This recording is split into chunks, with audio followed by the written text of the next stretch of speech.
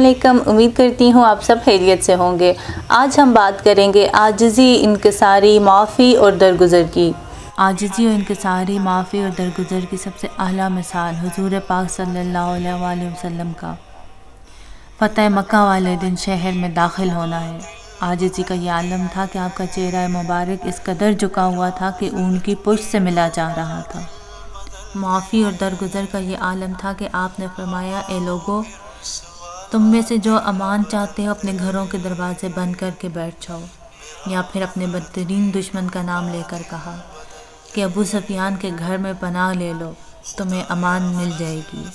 اس مہینے میں شیاطین اور سرکش جنات قید ہوتے ہیں۔ قابل فکر بات یہ ہے کہ کہیں شیاطین اور جنات کے حصے کا کام اس ماہ میں ہم انسان تو سر انجام نہیں دے رہے، کہیں ہم اس بابرکت مہینے میں دوسروں کی تکلیف کا باعث تو نہیں بن رہے۔ ٹھہریے، ہم میں سے جب کچھ لوگ صاحب اختیار ہو جاتے ہیں تو وہ دوسروں کی اپنے ساتھ کی گئی 99 نیکیوں کو چھوڑ کر صرف ایک ایسا واقعہ یاد رکھتے ہیں جس نے انہیں خوش نہ کیا ہو۔ وہ دل ہی دل میں کرتے ہیں اور ان کے غیر اخلاقی رویے سے نہ صرف اس شخص کو اذیت ملتی ہے بلکہ ان کی اپنی توانائی بھی ایک بیکار کی چیز پر خرچ ہو رہی ہوتی ہے۔ کہیں میں اور آپ بھی تو ایسی ہی غلطی نہیں دہرا رہے؟ سوچئے گا ضرور۔ شکریہ۔